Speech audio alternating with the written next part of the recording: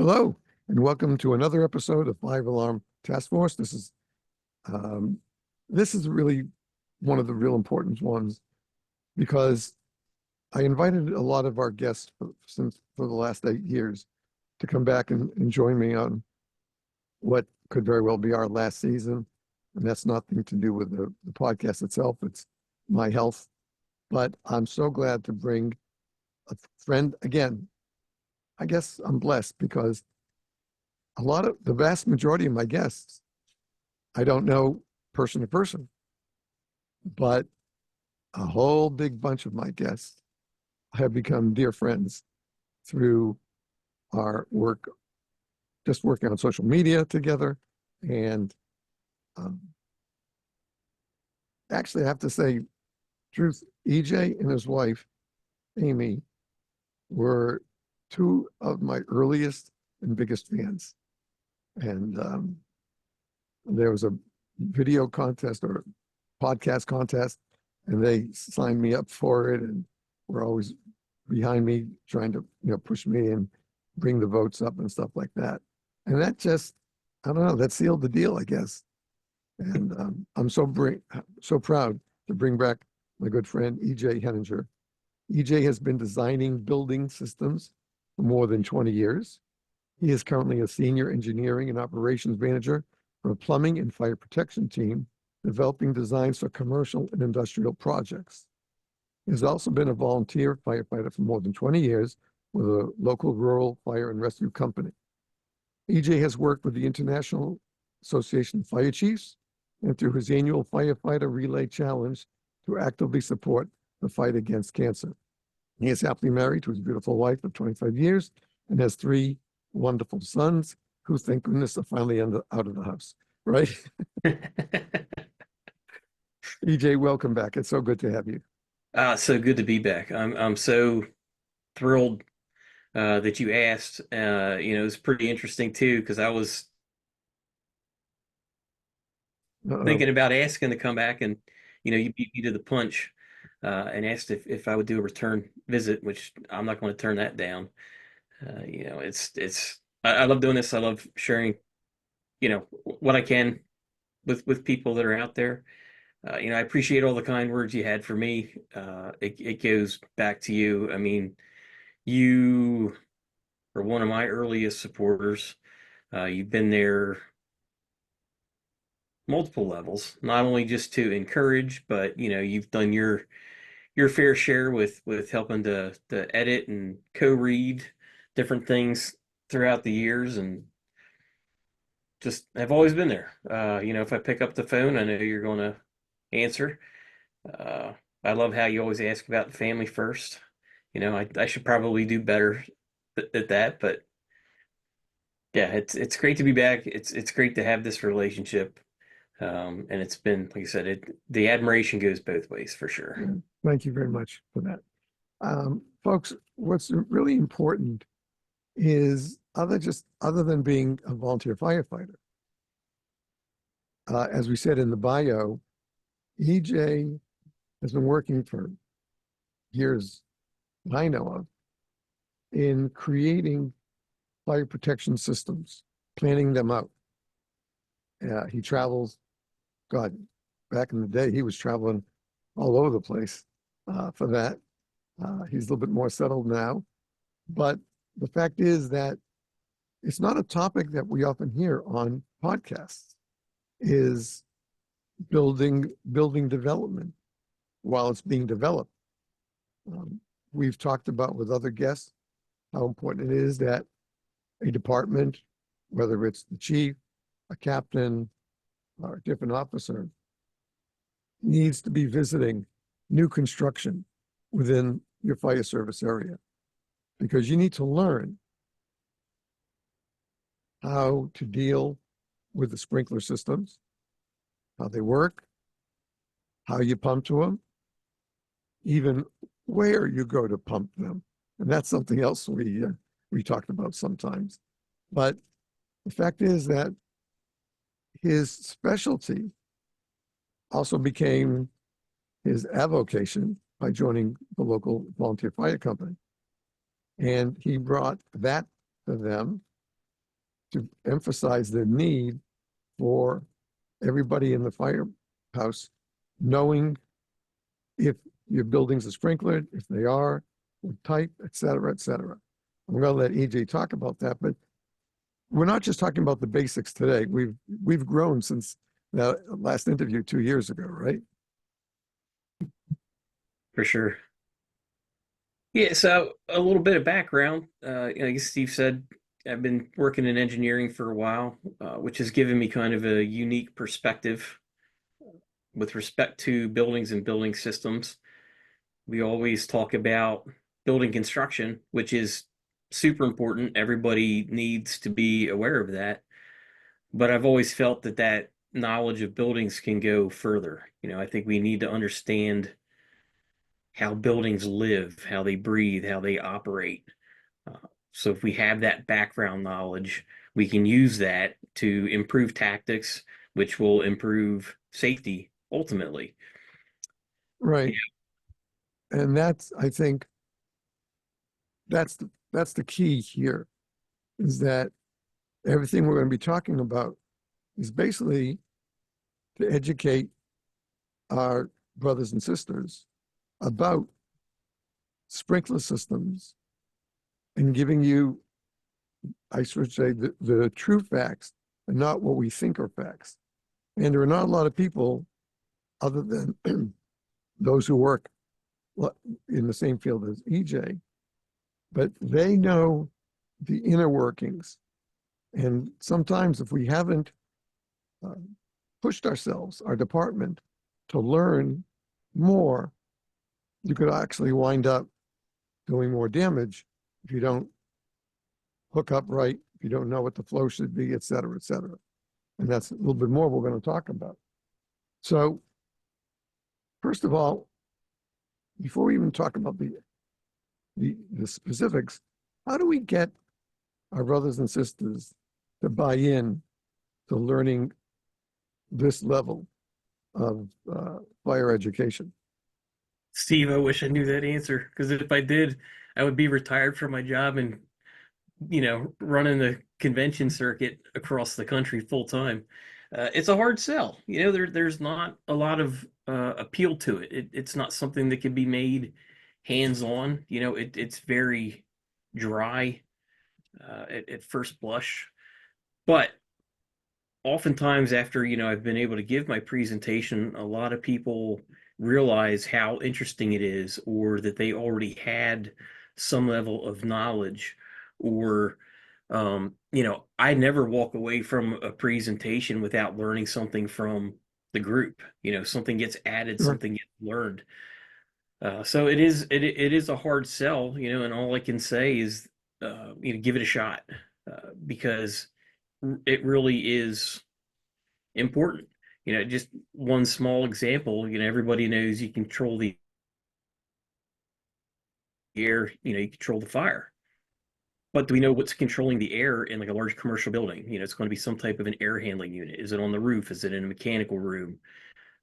How is it ducted? How is it controlled? How can you shut it down? Is it dedicated to a space? All these types of questions. And that's kind of how this whole thing got started. We were doing some pre-plans and walkthroughs or on calls, and there was stuff that people didn't understand, and I started taking notes. And I was going to maybe put together some type of a training night for my department to get that info out there. And actually took talking with you, talking with John Haywick, guys that saw the value in the information and said to me, like, you got to do something with this. You got to start talking about it.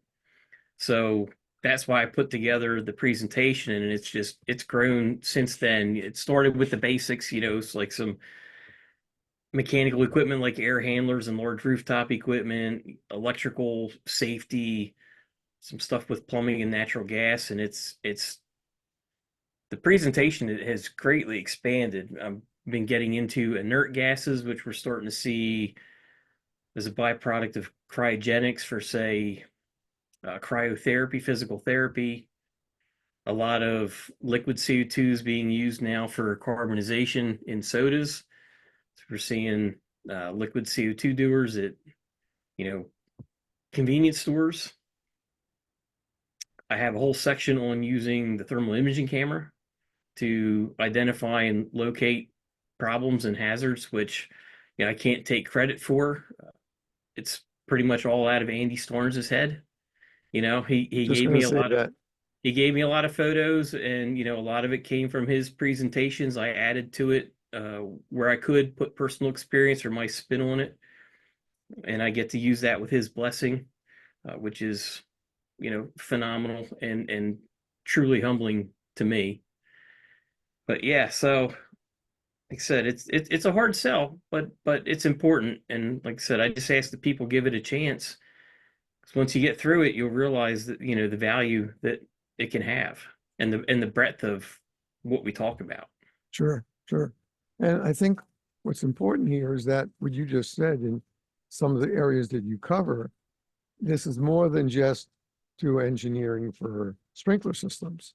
You're now covering some basic construction concepts, because again, that's something we have to be well aware of, especially if we're talking about a big box store.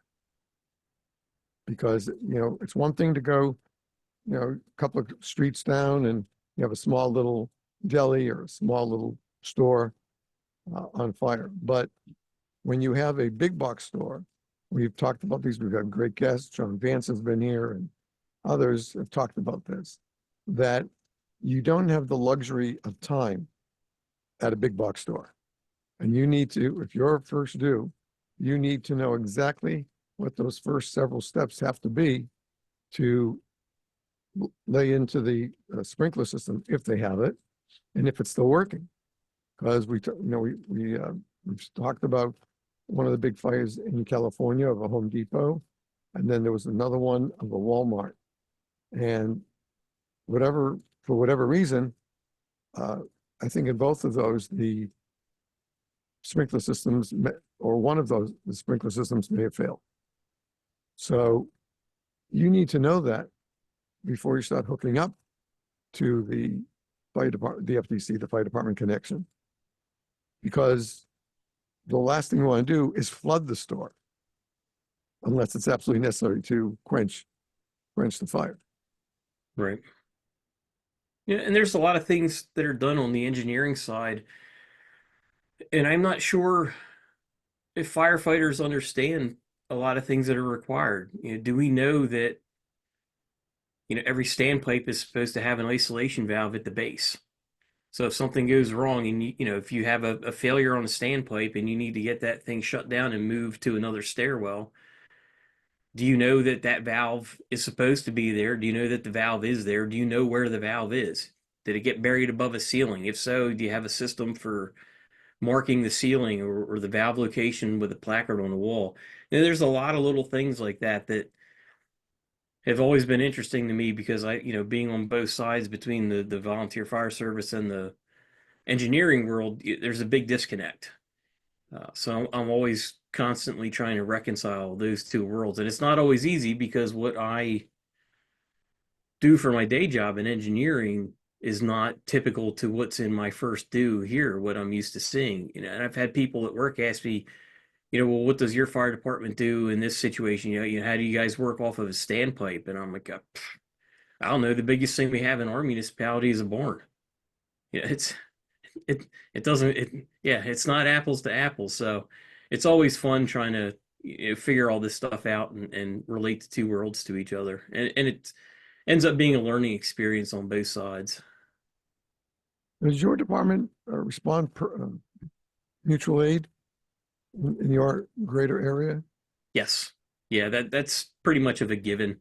We run mutual aid and we receive mutual aid. We don't have a ladder truck, so we have three departments around us with ladders. So depending on which box assignment it is, we're automatically getting a mutual aid ladder. We all work together really well, but yeah, we do a lot of mutual aid, which is another thing. Being aware of structures and hazards that aren't in your first due, but you might be going to. And I think we do a pretty good job of, if there is a high hazard environment, when we do pre-planning or walkthroughs, we're all pretty good about inviting each other, so we all know what we're getting into when we get there. And we've seen the benefits of that recently. Last year we had a major fire. We have an industrial complex in our first due. It's kind of the one that everybody always worries about if something goes sideways. And while we were responding en route, it got upgraded to a fire with hazmat. And yeah, it got interesting for a while, till everything shook out. It wasn't the concern that everybody thought it was at first, but a lot of good came out of it. We had a lot of follow-up meetings with the owner and their facilities, and tightened up response plans, and how to work with each other because they have specialty hazards. So on some level, we need to follow their lead, and then vice versa. And we've been repeatedly going back for walkthroughs to get better familiar with certain areas in the facility. They've done some burn demos, so we understand, because they use some powdered metals. We had a big fear about it, so a bunch of us went over and they did a flash pan burn for us, and we understood that we didn't the concerns weren't really there. They weren't warranted, but it's good. It's really good. Well, that's, I think, the kind of information that, unfortunately, I think for the most part, we don't teach firefighters in the academy or even once they're placed in the department.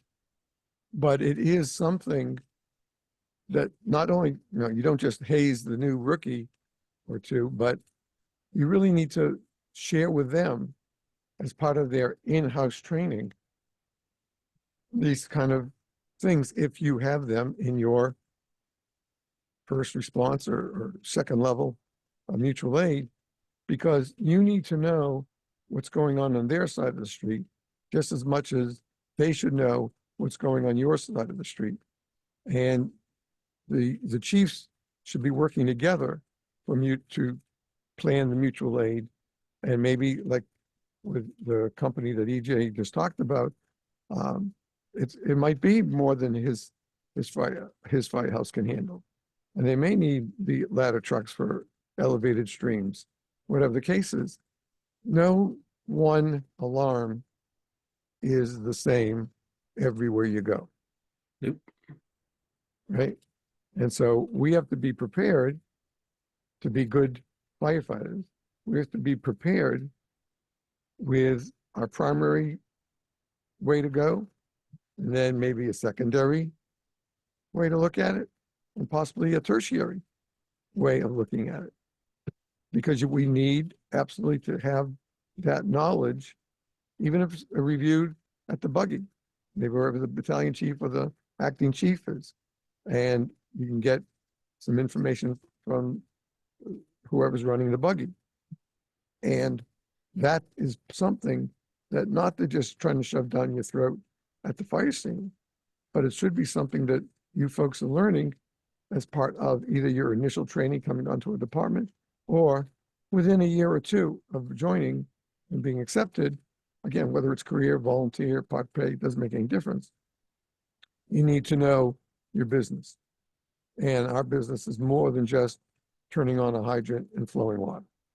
And that's what we're missing, I think, in so many situations.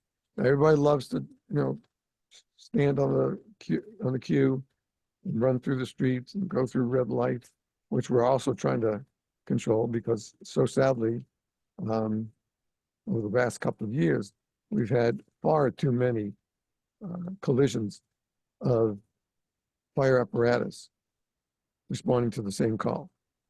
And you know what, folks? It's embarrassing. People turn to us when they have an emergency, and we have the obligation to get our butts there safely and quickly. If we don't follow that, what else are we not going to follow? And so I think what you're doing, especially with your programming and presentations, is that now you're bringing some of these key issues that they probably may not even have thought about or considered as an issue.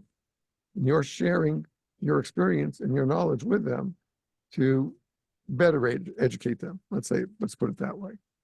Because you're not just, you already said that you, you check and deal with many issues of building development, not just a sprinkler system or something like that. You have to design basically all I'm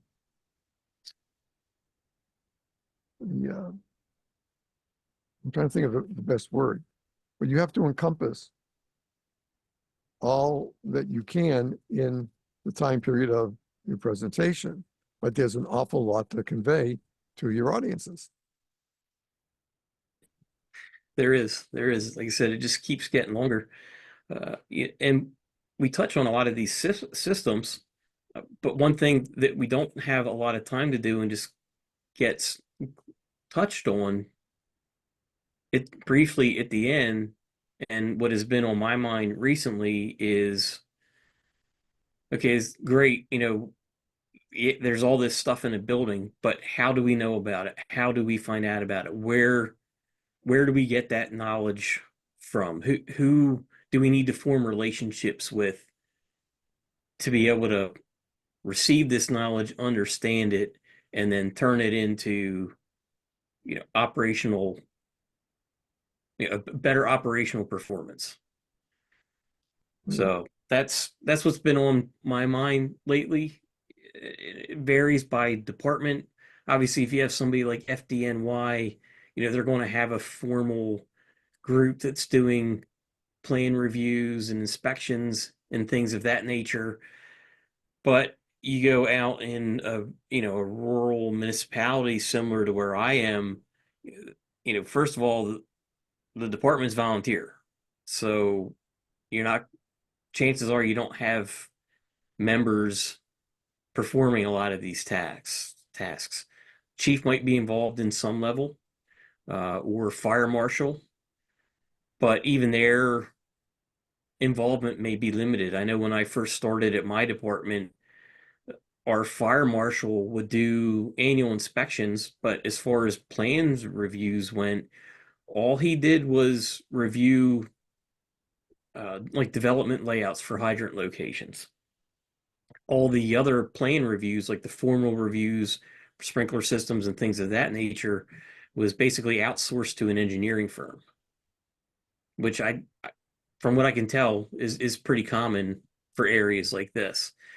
So if you don't have some method of communication or data mining to see what's coming in, what's being built, what's ahead of you, you're going to be behind the eight ball pretty fast. And you have no control over getting something built that is going to work to your advantage on the fire ground. Right. Sometimes if you have no input, you don't get the output either. Right. Yeah. And the plan review process is going to be, your first opportunity to learn about things. So like I said, if your department isn't receiving these plans so that you have some type of plans review person or group that can funnel information to you, you need to figure out some process where, the chief or the department is getting copied information from whoever is doing those reviews so that Right. you can see it up front, for a few reasons. I mean, one, it's knowledge that you need, but two, if something needs to change, this is the best time to do it. If it hasn't been built yet, any changes may not require an additional cost or change in construction time. Uh, and if it does, it might be minimized, but you're going to get the least reluctance to change at this point. Right. So, Right. Something else, EJ, I'd like to bring up is we mentioned a few minutes ago the concept of the big box stores. And those are stores considered like a Walmart, a Lowe's, a Home Depot. These big stores, um, even furniture stores and furniture showrooms. Every place that we go as firefighters basically is different. It's impossible for us to know every single issue that could crop up.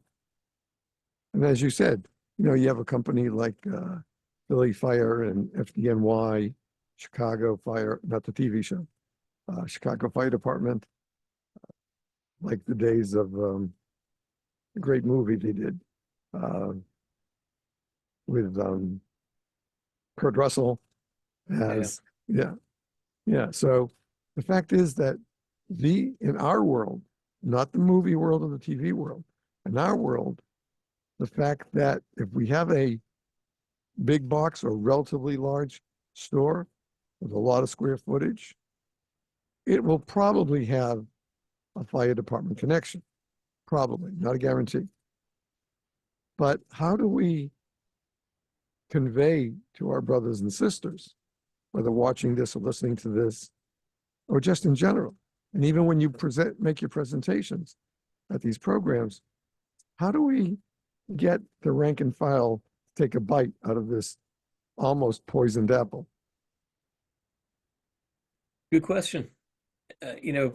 Still kind of harping on this plan review process. This is the best time to get started. And it's interesting that you mentioned fire department connection because code doesn't necessarily get you what you want, right? You could put in a Siamese fire department connection that meets code, but if you carry 5-inch with storts in your SOPs, that's what you're hooking to. That Siamese does nothing for you. So, how are you ensuring that these things are getting designed to meet the way you work? So, if it's not you reviewing it, if it's not somebody in your department or uh, a division or whatever, and it's being done outside, that person or that agency needs to have a knowledge of how you work. Right? So you need to figure out some way to develop a relationship with that person, be it, maybe you co-review drawings with them, invite them out to training nights, let them physically see what you use and how you use it. So next time when something is submitted, they look at it and they're like, yeah, this is never going to work. It's going to be really tough to get that truck back there, or, that stretch is going to be tough, or, they're planning on using, a pony section, to hook up to that FDC, things of that nature. I've always been proactive and I was taught this way in my day job to reach out to local plumbing inspectors, fire marshals, things of that nature, and find out what they want, what they need, what their idiosyncrasies are, because there's a lot out there. Everything from a fire department that requires a red light on the exterior wall above the FDC to some of them want a flashing strobe. If there's multiple FDCs, they know which one they need to go hook up to because of alarm activation. I've come across municipalities that don't allow floor drains. What do you do with that? I'm Uh, sorry, don't allow what? Drains in the floor. Oh, I learned that one the hard way. We did a locker room with a bunch of showers, and I put drains out in the floor because people get out of the shower and they're dripping wet. That water's got to go somewhere. And I got busted in a plans review, and the municipality came back and said, yeah, we don't allow drains in floors. You can put the drain in the shower, but you can't put it out in the floor. So there's a lot of little things like that, and like I said, on the plumbing side, yeah, maybe not that big of a deal, but on the fire side, specifically that FDC disconnect, it's huge. And like I yeah, said, when it's still on paper is the time to get that change identified and made, because that's the easiest way to get it done and to avoid having something installed that doesn't work for you. right. And you think about, as we mentioned before, about big box stores, one small error in the fire protection system, the overall fire protection system in a building can wind up being the largest contributor to the fire. Hmm. Okay, because if we don't have water where we need the water, if we don't have a way to getting rid of the water, firefighters shouldn't have to stand up in a building with water up to their knees over their bunker gear. And they just can't in that situation. They have to know how they will accomplish their tasks. And remember also, in a big box store, you don't have a lot of time. One of the big box stores, one of those big box stores that we mentioned, didn't have enough water in their fire pumps, supposedly. That's, that's that should be the under the oversight of the fire prevention, fire chief, who's not a fire prevention officer. You need to have somebody who can and will review these submissions on site to make sure that if it's in your response district, that you can make a pretty good attack on it. If you don't make that, again, as we all know, you can't get that fast attack in early on. It's going to be a slow night for you that night, Yeah. that's for sure. And as the authority having jurisdiction, or the AHJ, whether that is, the fire department, the township, or the fire marshal, as AHJ, you can require or not require as much or as little as you want. So thinking these big box stores, if you get into like a Costco or a Home Depot or something like that, where you have rack storage, are you going to have fire department valves on the end of the racks? Looking at the plans, are you comfortable with where they are? Again, just because it meets code doesn't necessarily mean you're happy with it. Maybe it's a little deeper than you want to, try and get in without a hose to get hooked up. So maybe you alter those locations so you have a little more protection, or you're not as vulnerable as long to get deeper into a building to make a hookup to fight an interior fire. So, like I said, it just all comes back to building that relationship with whoever that funnel point is for this, so that you can make sure what's going to be coming and built works for you and keeps you safe. Right, and that's the key. Because if you're not, you can't do your job. And that means the fire's going to burn more and more and more until you get a handle on it. And you can't, one of the things I learned back almost 50 years ago is you just can't throw water on a fire. No. Okay? Especially if you don't know what kind of a fire it is in the first place. One of the things that really drew me into the fire service, and I got in late in life. I started in what was I, late 30s, maybe. I was very surprised at how much of a thinking man's game this job is.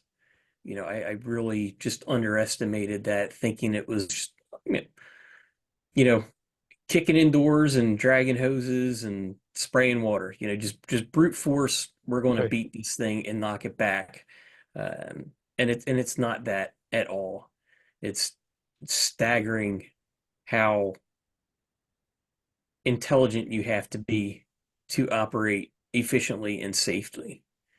And the level of multitasking that's required, especially if you're at an officer level, it's mind-boggling. And it's not easy. It's definitely not easy. Right. And listen, it's not easy to learn either.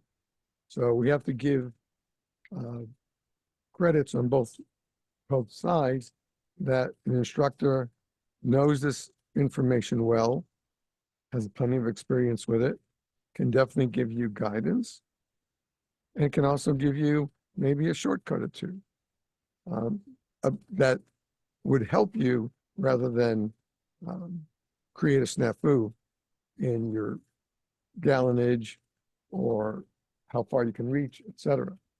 Yep. You can tailor it a little bit, and so that you have a good platform, educational platform to work from when you're actually on scene. Yeah. And yeah, we've been talking about plan reviews and getting information that way, but it also doesn't stop there. This is a constant process. So plans get submitted, you can make your changes or whatever, everything gets approved. Now it's being built. So now, who are you working with? What are your concerns? Uh, you're going to be working with construction managers, contractors, depending on the size and the complexity of the project. You're going to be exposed because you don't have all your systems in place yet. So again, as AHJ, you can require as much or as little as you want. So are you thinking about temporary fire protection on site through construction? Maybe that's just if it's a high rise, you have a standpipe that's going up the stairs as the floors get built, so you have some type of water supply, or yeah, at least, or even if it's a dry manual standpipe, something that you can connect to. I don't remember the details, um, but Chief Turpak had a great story I heard once about a building that was under construction that was jumping floors and then got to the point, I think they ran out of stairs and the contractors had been using scaffolding. So it got to the point where they couldn't keep moving up and this thing was jumping, it wasn't enclosed. So, are you visiting the site regularly? It's going to be very dynamic, right? Every day that building is going to be different. Do you have measures in place, like I said, for temporary fire protection? Do you have a relationship with that CM or the contractor so they understand what you're going to need when you get there? So they're prepared for your arrival, or as they see things that change that they think you need to be aware of, are they telling you about that? Are you going to be able to get from week to week? Are you going to be able to drive the truck in the same way? You may not be able to. Are they considering that? Chances are you're going to have heavy equipment. There'll be something. There's large trucks coming in or bringing equipment in, and that'll be counted for. But are you sure about that? Do you have they have lanes with adequate turning radius and width for you to get back there, or uh, if it's not paved, is the surface substantial enough for to hold a rig or multiple rigs, and not just dry. You know, you don't want to bury a truck in the mud up to its axles, beaching it trying to get it to the building. So again, another relationship is, those CMs, those contractors, work with them to make sure that they understand what you need, and they can work with you. So when you get there, they're prepared. Hopefully, depending on the size, maybe you pre-plan for, an operations center or location that, a CM, somebody designated from the construction side, and your officer in charge hook up with and you run command out of. If you have to relay communications between building staff and the fire side, or just to get an update on where things have progressed, it could be huge. Save minutes, save lives. Right. And that's the aim. That's that's our primary aim is protect lives and property. And sometimes we get a property can get away from us. Doesn't mean you were bad, you were wrong, or anything like that. It means that this fire was just destined to do what it did. And you can't blame yourself. As long as you've done, in your heart that you've done all the prep work you're supposed to do, everything like that, learning, etc. Sometimes it just escapes us and does its own thing. And that's the one thing about fire that most people still don't understand. Oh, it only burns if you put it on a piece of paper, something like that. That's Yeah. so untrue today. And a lot of times things are going to look different in real life than they do on paper. You might not understand the scale of something, or you walk into a room and you didn't realize, oh, wow, this place has 15-foot ceilings. This is interesting, this is different. Or grading outside, the way the ground changes elevation. Do you realize, oh, for us to, stretch this line or something, we have to, we have this short vertical rise to get over. Like I said, so there's a lot of things to just be aware of so you can connect the dots between the paper and what's actually turning in the brick and mortar. Right, right. Now, you've been giving now your presentations for several years already, right? What's that? You've been giving your presentations at various departments, some meetings, conferences. How has that been received? Good. Again, like I said, I don't think the interest is there to start because it does sound like a very dry topic. But typically, when we get to the end, like I said, they've learned from me, I've learned from them. I usually try to find structures in their first due on Google Earth, and I do a little bit of pre-plan. If it's local, I'll get in the car and go down and I'll drive around and do some intel and take notes. If it's not local, then I'm stuck with whatever I can find on Google Earth. But and between the satellite views and street views, but I've managed to work out pretty good. I've been pleasantly surprised. A lot of the things I find have not been surprises to people, which is good news. There's a local one the other year that I went to, and I found a shopping center that had a considerable amount of green roof. So they had vegetative planting on the roof for commercial retail, and they were familiar with it. They knew what they were dealing with, which I was really stoked to hear. I thought I was going to catch them on that one, but they were all over it and gave me a lot of good info about it. That, that's really a terrific situation where you go to help the client and the client also winds up helping you. Yeah, yeah. You And know, a lot of times, go a ahead. lot of these guys in the volunteer world, a lot of them work in the trades.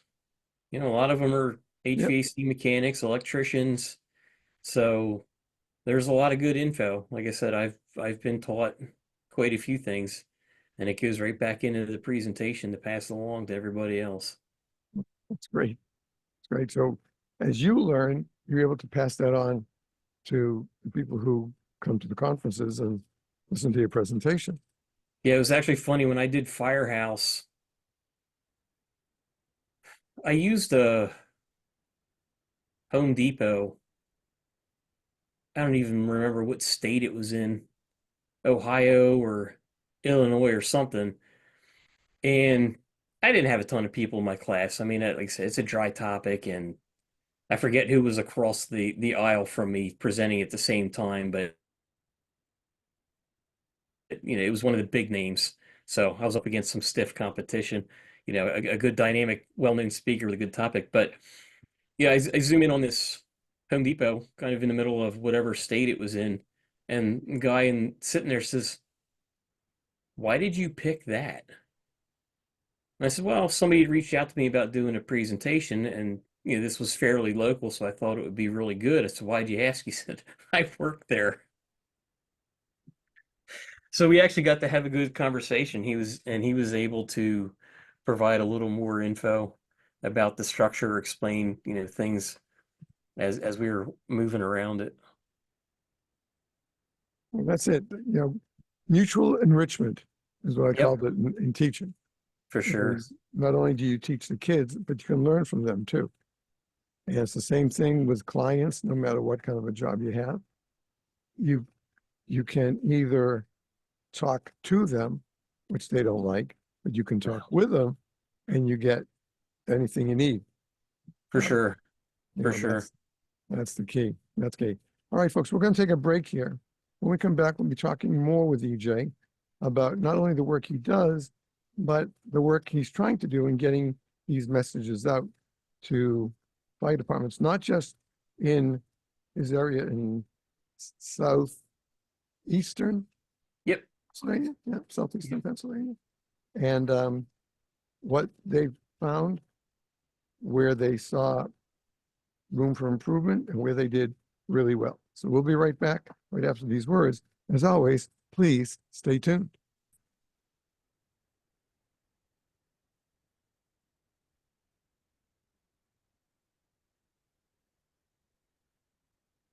Hello, and welcome back to this episode of 5 Alarm Task Force. I'm your host, Steve Green.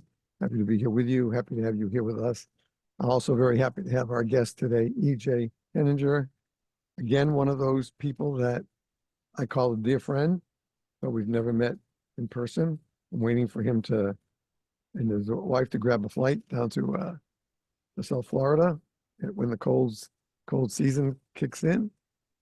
Love to have them with us, because I guess that's one of the great things about going so long on a podcast is you get to meet some great people, and the vast majority of them don't stay just as people you interview. They become friends. And for me, having been forced out because of an injury from the fire service, I'll soak up any time with firefighters that I can. I still like to learn. I'm still teaching after the 60 years or so. And I love learning as well. And when I bring these guests on, not only is it for you folks, listeners and viewers, but it's for my own personal edification. I've learned so much over these years, especially with the podcast, that if I was healthier and younger, I probably still could do the stuff with what I've learned from all my guests over the years.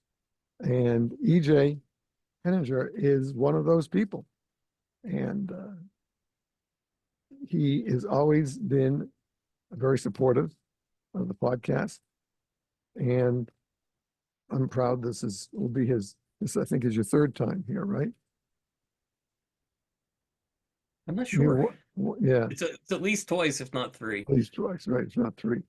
And what makes EJ so valuable to us as firefighters or fire officers and fire chiefs is the fact that he knows a lot more about what we have to do than the average designer, is because he's in it. That's right. As you heard in the first segment, he is a volunteer firefighter. So now you have a person who's been on the fire department for over 10 years already, but he also designs these programs. And so who better to know what programs need than someone who can, number one, go out and visit in the field, see what the plans are, et cetera, and then go back to the office, start designing up, and have the first drawings ready for them. And then they go from there. But we've learned over the years, especially the last 25, 30 years, that everybody in the fire service can't be an expert in everything. There was lots of stuff that we learned at conferences, regional, national conferences, our two big national conferences. There are other national conferences as well. So there's a lot to be learned, but you have to be open to learning. That's what I tell the kids that I teach. I tell that to the adults who are in my classes, that you have to want to be here. Don't just come to class because you want to sit there, because you don't. Come here because you want to, and you want to learn. And I think that what I've learned from EJ over the years is that he's talking to that second group, the people who really do want to learn. And who knows, you never know where that's going to lead for that person. It could even be a save at a fire, because that person, he or she knew exactly what to do for water support, how to get more to where it was needed, and helped out and worked out. And that's key. You can't just listen to this stuff and then blow it off. Yeah, that was a pretty boring presentation. Yeah, until you're in that situation. Then suddenly you're trying to remember, oh, what did he say? What did he say about that? What did he say about that? Oh God, I can't remember. You know, that's no position to be in when lives and property are in danger. So, EJ, let's talk about, we want to close up a little bit the last segment, and then we're going to go on to this new one that I like very much. Go ahead, please.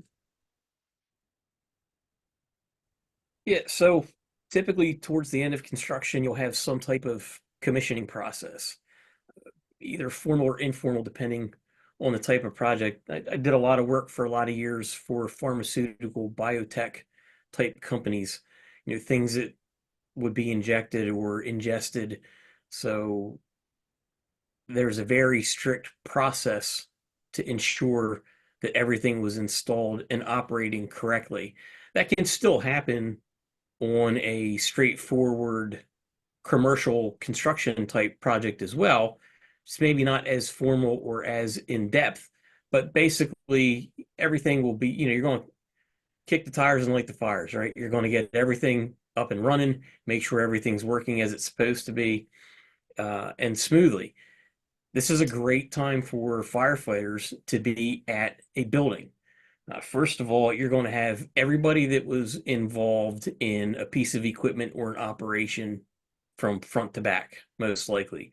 You're going to have the engineer that designed it. You're going to have the contractor that installed it. You're going to have the buildings people that are going to use it. So collectively, you are all there to see how this works. And you can get any questions you have answered. You can have things explained to you and just figure it all out and understand it and walk away with a good working knowledge of this equipment or these systems or these spaces to really understand the environment you're going to be operating in. One of the big things to me that stands out is smoke evac systems.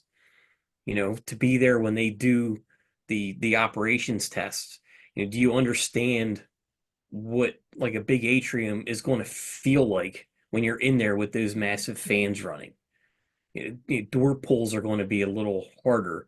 You might have shutters that close to seal off the atrium to uh, so you can direct the airflow. You're going to have doors that may open conversely to allow makeup air in.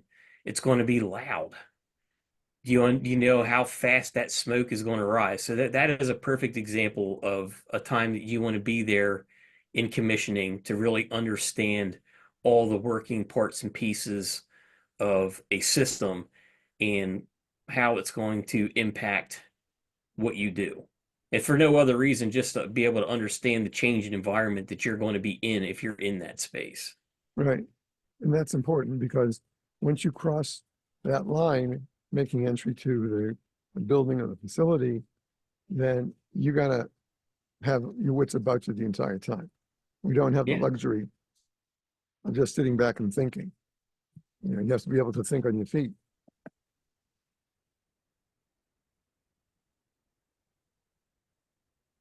Um, so how do we get our point across to our firefighters, especially in, you know, larger, smaller rural areas, not necessarily a big municipality, but how do we get them to buy in? That's the question, always.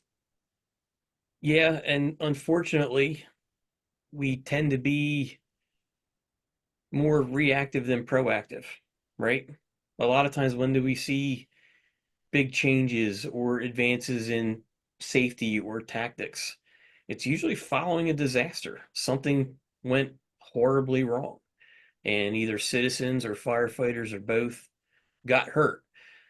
So I don't want to say that we have to wait for something to go sideways for people to understand the importance, but sadly that's how it typically goes. Beyond that, I mean, word of mouth or just trying to be a student of the craft, attending pre-plans, asking lots of questions. When you see something you don't know what it is, raise your hand and say, "What's this thing? What does it do?" They'll just blow it off because there might be valuable information to be learned. Um, and this stuff is everywhere. A good example, we have a grocery store in our first due, and we were walking around doing pre-plans one night, and there's a the back corner has a kind of like a basement mechanical room, and it's a bunch of refrigeration equipment. No idea that was in there, and I wholeheartedly expected all that refrigeration equipment to be on the roof of the building. If there's a leak in that room and there's, for whatever reason, improper ventilation or ventilation has failed and that room fills with refrigerant, that's it's a hazard. So, like I said, finding stuff, just getting out there. We all know it's important to know your first due, but like I said, get past the building construction, dig deeper, find out what makes these buildings tick. Yeah, that makes sense. We, sometimes we often go on frequent calls that, in my department, one of them, they called it carbon copies because it was there once, it's over here once by us, and it's at our other neighbors' property. Uh, they have it. And so the question is, we have so much to learn. Why is it, why is the fact that we are still so difficult? Or instead of taking the bad side, let's take the good side. What positive efforts have come out of the programs that you've run?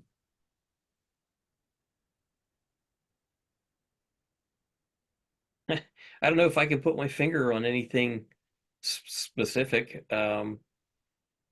You mentioned earlier that we don't have to be experts in everything, Right. and that's something that I state up front that I'm not trying to turn everybody into engineers. You don't have to know the specific details of how a piece of equipment works. I try to leave everybody with what I call an awareness level when we're done. For example, I've had trench rescue awareness. Can I run opposite a trench rescue call? No. But do I know how to not get hurt by the big hole? Yes. Yeah, I know enough to know when there's a threat. So that's my goal coming out of this, for people to understand, oh, hey, this is a restaurant. It probably has a lot of really heavy rooftop equipment towards the back. That's a concern. If we have structure fail, or um, a lot of the pharmaceutical places I work at, there are a lot of corrosives, high temp type things. So you're walking across a roof and you see a pipe that's sticking up out of the roof and it's all stainless steel or some type of weird plastic or insulated. I've got pictures of one with orange smoke coming out of it. You know, so just being able to recognize a piece of equipment and know on some level, even if it's at an awareness level, that there's a hazard associated with it, to start asking questions is really the goal. Or if you have no idea, again, just ask somebody. You can ask a building owner, or a contractor, or call me, send me a picture. I'll help. Well, that's a great offer to make to our viewers and listeners. Um, but I would suggest that they'd be much better off attending one of your seminars. Sure. They can see the whole program and realize the importance of something that, for the most part, in small departments, they don't see as a big deal. But again, when you don't see a possible threat as a big deal, then you're not doing your oath any good. Yeah. And We it and always, it does, the knowledge is transferable to a decent degree. For example, we talk about air handling units. That could be, something on a roof that is 40 feet long and a 10 by 10 box and has a fan and a heating coil and a cooling coil and filter assemblies and this massive unit and assembly. Well, guess what? The unit I have downstairs in my laundry room that heats and cools my house is essentially the same thing. It's just more compact and doesn't work at a technically high level. But I have a fan that draws air from the house and pushes it through two coils. And depending on where that thermostat is, I either have refrigerant running through a cooling coil cooling the air, or I have a gas burner that's kicked on heating the air going through it. So, you can relate the big stuff to the little stuff, or if you have a working knowledge of that little stuff, you can apply it to the bigger stuff because the concepts are still there. And I think would be a really good idea if you want to engage this, is that you let the chief know that you're going to be watching a presentation by EJ, or you're going to go to a conference, excuse me, a conference that he's going to be teaching at. But what that does is that puts you in basically in what I call the green view or the go view to that chief. When you go and tell him or her, that you want to go to this seminar on construction and building and how it affects alarm systems, et cetera, then you're definitely barking up the right dog, so to speak, because you need to find someone who is willing to look it over, review it, listen, look over their notes that they took from you, and then start putting it into action. And that often is where that action word, there are some missteps taken there as well. Agreed. So as we continue, what else besides the roof and the AC systems, et cetera, do you specialize in and include in your presentations? Trying to go through my head, think of the kind of like an outline. Actually, you know what? I actually have. So I printed out my presentation because I don't get to do it very frequently. So, and I'm hoping I haven't used too many ums and you knows in this because I don't get to do this very often. So I'm not always on my A game, unfortunately. I like to think I still do pretty decent. So I printed out my presentation so I can just start reading it. I have, because I have a lot of presenter notes, and I'm trying to get to the point where I don't have to rely on the notes so much and just kind of talk off the cuff. So this is where it stands right now with the slides printed. Oh. So yeah, it's gotten pretty hefty. Um, so we talk about mechanical systems, which is HVAC. We talk about air handling units, controlling the air, controlling the fire, and rooftop equipment. Most of that revolves around, like restaurants, things of that nature, what to be aware of, knowing what's on roofs. You can't always tell from the ground. Looking for things that look out of place, like we mentioned earlier, different types of pipe materials, and just being able to identify equipment. Electrically, we talk about power isolation, arc flash hazards. On the plumbing side, we talk a lot about natural gas.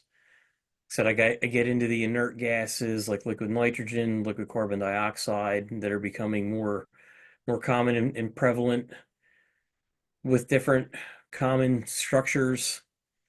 I have added a section on green construction. So we talk about solar energy systems and green roofs and how that can impact operations or change how a building will react in a fire.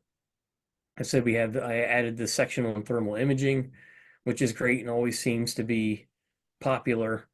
So it's pretty wide.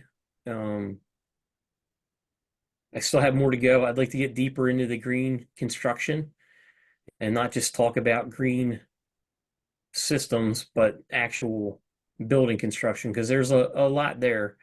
And there was an NFPA report done a couple years ago. And as a firefighter, a lot of it is very concerning to me. A lot of things are done in the name of, we'll say, environmentalism, but I don't think it's really been fully vetted. I have a lot of concern.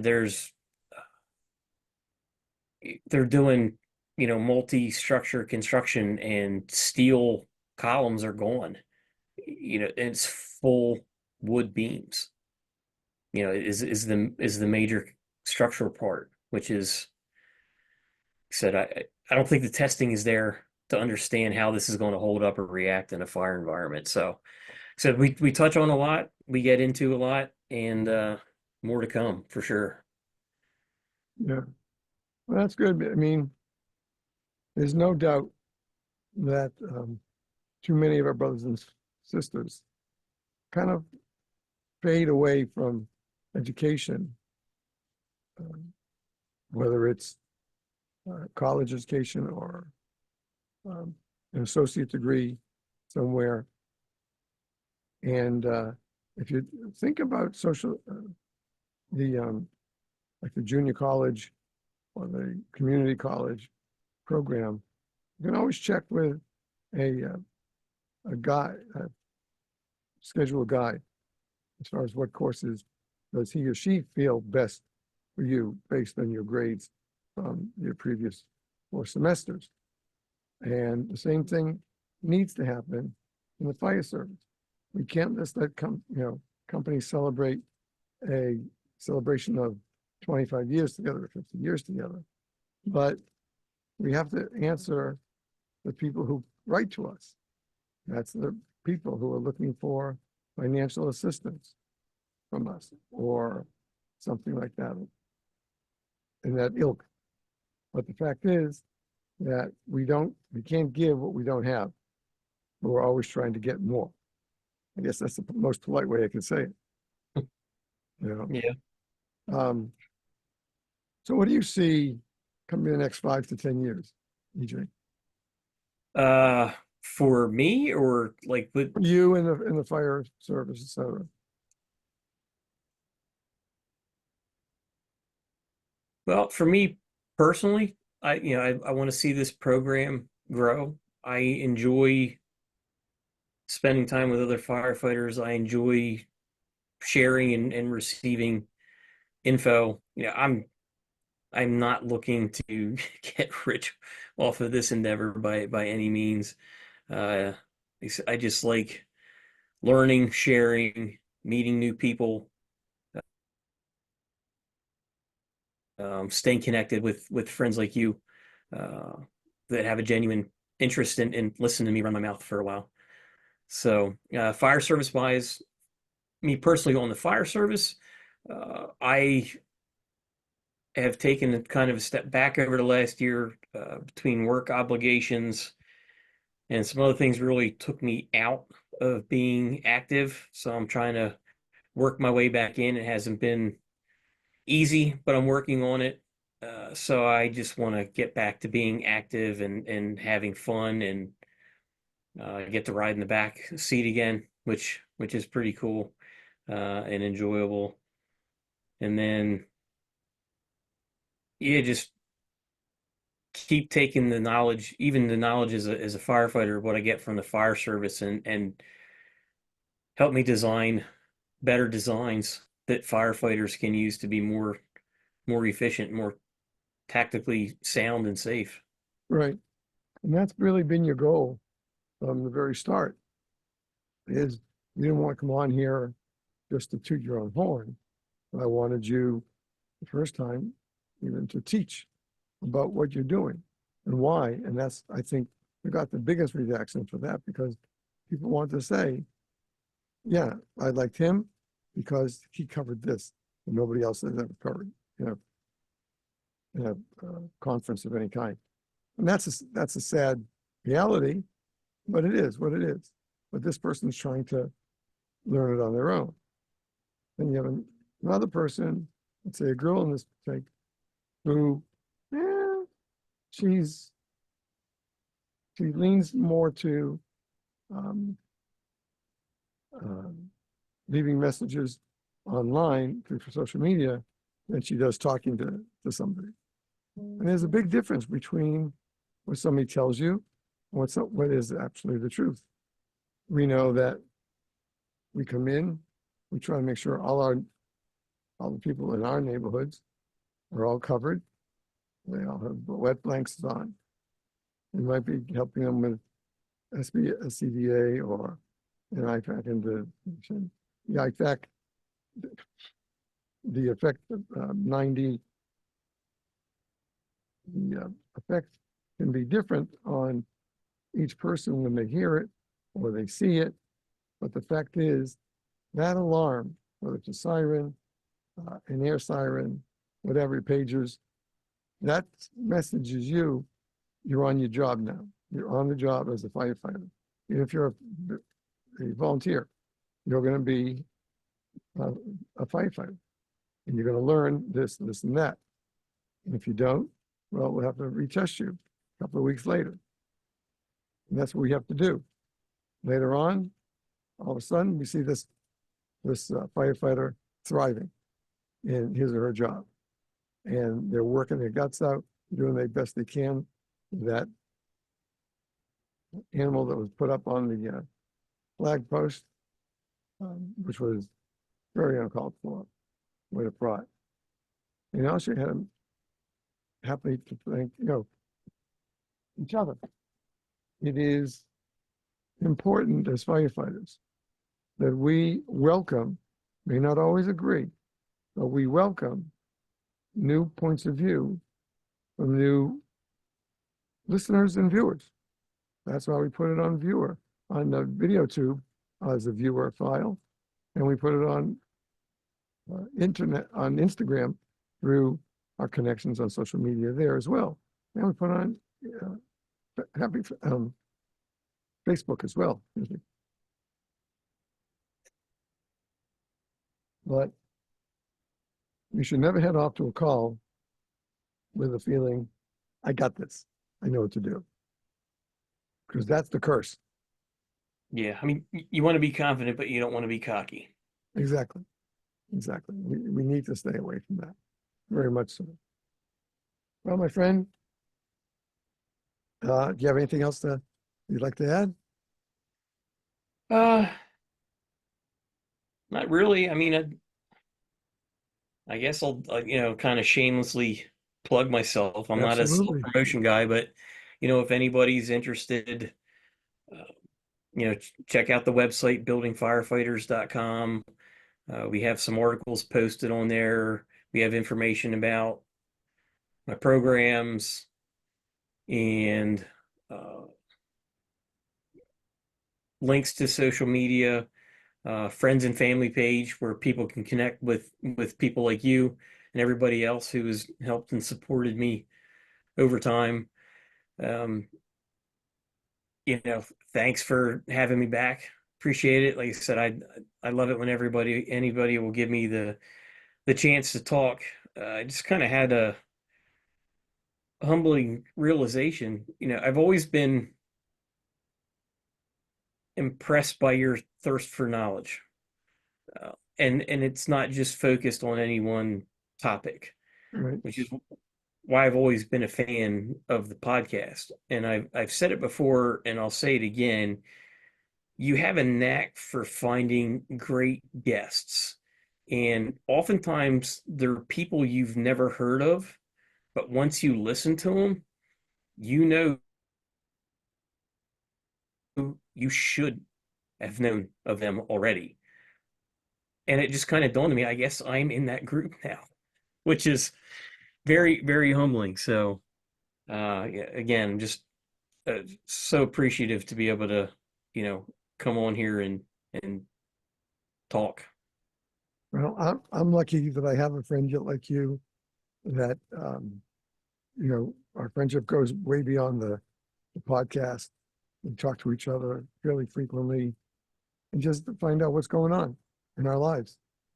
That's, again, when you join the fire service, eventually you're going to get to that part where you guys and gals take care of each other and you know each other and you know your families and what they have and what they're going through and stuff like that. And that's part of what the podcast was all about from the beginning, was just to provide some information and education to firefighters who may not have a chance to get it online, or they're not getting it in their departments at the point that you and I talk about. And I think that's what's been important, so that I can bring guests on who know a tad load more than I do, um, to help educate our brothers and sisters in the fire service. And, that's something you've done very well here. You do it very well in your conferences. You've teamed up to many of now our mutual friends, that you've gotten to know. Yep. Our good friend Andy Starnes, our other good friend Nick Higgins. You were on his, I think, their podcast. Yeah, no, I've been having a lot of fun talking with Nick and Tom and collaborating with them. And we will cross post articles and feed off of each other. Yeah, that's been a great relationship that I'm glad happened through you, because I seem to be very like-minded with those guys. I've had fun doing their podcast, and yeah, just another support system that's really been impressive, and I'm thankful for. Well, it's, my job, I'm not a firefighter anymore. So my job, I go all the way back, when I was 13 and I started getting paid for tutoring other students. Because I like to give that. I like to give a student a chance, whether they're a third grader, fifth grader, or a 35-year-old young man or young woman who's in the fire service but is looking for some answers. And those are the people I try to bring on as guests, because I can't answer all this stuff anymore. But all of you can. And so to have I use the term cadre of wonderful guests over the years, from Chief Bruno, Chief Rubin, um, Chief Bobby Halton, rest their souls, and so many more who have come on. Many of them are signed up for this season, ninth season, and it means the world to me. You guys are just as much as real to me as if we were all living in the same neighborhood. And you know, I do regret the fact that I only had a chance to meet several people at several Great Florida fire schools that I went to as an invited guest from our good friend Joe DeVito, who is now a very prolific student of our friend Andy Starnes. But I knew that when I went to the first Yep. Florida fire school in 2017. I saw Joe in the hotel lobby, and he welcomed me and come in, and he was going to be teaching his TIC class all the way back in 2017. Well, I sat there with a notebook, and I think I wrote down 17 pages of stuff that Joe taught in that class that I didn't know about TICs. And he did a great job with it.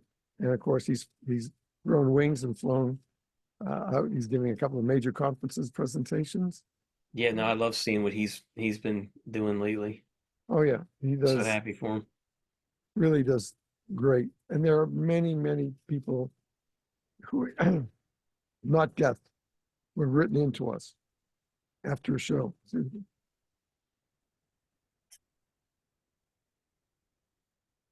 and said, thanks for having that guest on. Can I get the audio again? And yeah, I'll send them the audio. Because they found value in the guests' comments on that show. And we hope that you all get that in every show. So, and EJ, like I said, a lot of the guests who have been on the show have been have become good friends, and I cherish that. And some are just guests, but they're great teachers, and so they may not be that jovial together on an interview, things like that, but boy, do they know their stuff, and they're willing to share it with me and our audiences. So I just thank everybody else for helping me out. Like I said, I was hoping that if I started this podcast, I'd get maybe 7 to 10 firefighters listening, and I was going to be happy. And the next thing I know, within 3 years, I had listeners in like over 40 countries on 6 continents. Yeah, well, and then as a entity giving back, look where you have gotten with becoming the nonprofit and giving back to those in need too. That's, you're not just giving up or getting, sharing information. You're sharing needs with people. So, it's you're doing great work. You're doing great work. We started it in I popped the idea during the pandemic, Andy and Nick, and they both liked it, the idea. And we went ahead and I got the organization created by the state. We got our IRS 501c3 certification. And all we've done with any money in the foundation account is pay it forward to a brother or sister and or their families who have found themselves in dire need. All too often, sadly, and happening more frequently, sadly, are our brothers and sisters who are getting severely injured, out of work for several months. And while there are, both for LODIs and LODDs, there are state and national federal benefits, it takes a while to get through the red tape. And we don't want a family of a brother or sister to fall in hard times when, a few $100s would help them out. Right. And so we decided that that would be the sole goal, sole purpose of the corporation would be to be the owner of the podcast, and at the same time share whatever we can to help our brothers and sisters. Yes, we solicit funds from our listeners and our viewers because we need it. With paid webinars slowly disappearing now from the circuits, we need just simple donations, $5, $10. You don't have to give $1,000. It'd be great, but you don't have to do so. $5, $10 helps us any day with some of the people we help. And we always vet the people who are going to get our money. We vet who it's going to go to make sure we follow the steps after we mail the check to make sure that it arrived at the right family. Because I can tell you from some of the cards we've received back from people we've helped, it meant the world to them. Even if it was just $250 or $300, it meant the world to them so they could get back to do what they love doing in their life and not just be dependent upon being ill or injured or something like that. And that's what we do, and it's great people like you out there, folks, listeners and viewers, who once in a while see the need. We have to help it. But I got to say, don't wait for the need of somebody else, because you might find yourself in need. You can still turn to us as well. If you need help, let us know.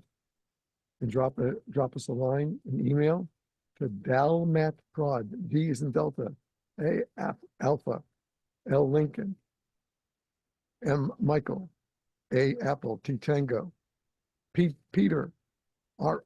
Oscar, O. No, P. Peter, R. Romeo, O. Oscar, and D. David. dalmatprod@outlook.com. Or you can visit our website, www.the5-Alarm Task Force Corp. And I'll take you to our webpage. And all you have to do on the webpage is just scroll down about halfway. You'll see that beautiful, shiny Federal 2QB siren. All you have to do is click on that, and our donation page will come up. You can set up whatever donation you want. It can be a one-time, it could be monthly, it could be yearly, whatever you want. You can use a credit card, debit card, ACH transfer, whatever you need. Our company takes care of that for us and for you. So we hope that you will think about who's producing this for you, who's the guest on this show, and how much you have in common with both of us and all my other guests as well. If you're a firefighter in any branch of firefighting today, you need to know a lot of what we do and what we've done. And the people who have been guests on the show. So to all of them, and to my pal EJ here, who I watched blossom starting about 5 years ago. And at that point, he was kind of keeping all this to himself. I talked to him and I said, no, you gotta come out and share this, because other firefighters have got to know this stuff, not just guess or wait for somebody in their department to even tease them with it, but to do it. And he's done so on this show, on other podcasts, and in his own presentations that he makes around the East Coast, right? Have you been further west than the East Coast for presentation? Yeah, no, it's pretty much a few places local. I got to go out to Firehouse a couple years ago. And that's pretty much it. I try and, submit proposals when I can, when I find plate stuff. Nothing's really panned out, but it is what it is.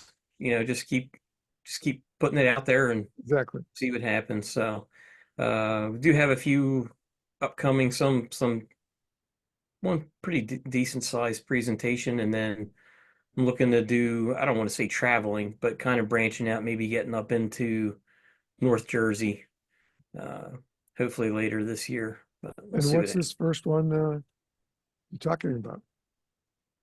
Oh, the big one. Yeah. So I'm actually going to present in person, and then they are going to live stream it for every fire department in one of our local counties, an adjacent county. So, um, yeah, it'll be my initial thought. It was going to be like, just go down and do a presentation at a chief's meeting night, and then ended up turning into a presentation that's going to get offered to every department in the county. So, That's great. That give yeah, you a lot more a exposure. little intimidating. Yeah. You learned to get over it, because I did when I started um, presenting workshops at in my younger days, use my regular job, and after being asked to be the first one and sweating it out for about 20 days, what I was going to say and stuff like that. And the guy who booked me said, thanks. He goes, that opened up a whole new set of ideas for people with what you talked about. And I said, great, thank you. Cool. And so I think, you know, I think you're growing into being the teacher that you need to be, I hope so. what you know about. And you know about pipes and these systems, as should our firefighters. Maybe not to EJ's extent, but you have to know when you walk into a commercial structure, you have to know who your friends are to play with and who the friends are you don't want to touch. Exactly. That's the key. That's what it's all about. EJ, I can't thank you enough for joining me again. You're a great friend. You've taught me stuff. You promoted the podcast in the early days. Some contest that was in Hawaii, I think it was. The guy lived in Hawaii. But it was fun for a couple of years. They were supporting me and submitting my name, and got one, I think, one mention on one of those things. But it wasn't that; it was what EJ and Amy did for me. Not that they did that particular thing, but over the years, and we've become good friends, and that's what's important to me. So thanks for sure. joining us again. I Oh, thanks for appreciate it. having me again. Wishing you all the best. Okay. Um, Looking for you to get out of that drawing office and getting out there talking and teaching. So that's the best part. I'm looking forward to for you. Thank you. All right, folks, as you're watching the video, this is where it's going to end. Those of you listening to the audio, you know we'll have a couple of PSAs, and then we'll be back with a little more of the show. To all of you who've tuned in to the video on our YouTube channel, which is named, what do you know? The number 5-Alarm Task Force Corp. Our videos are there, and you all can find them under a secondary YouTube channel, the number 5-Alarm Task Force. We're there as well on YouTube. And then the audio will be out shortly thereafter. So to all of you who tuned in today, thank you very much. We dearly appreciate it. And we're probably winding up our last season of the podcast. And we thank you for being with us. And hopefully you'll join us again very soon with our next podcast. To all, stay safe, stay well. Let's make sure everyone goes home. Bye-bye now.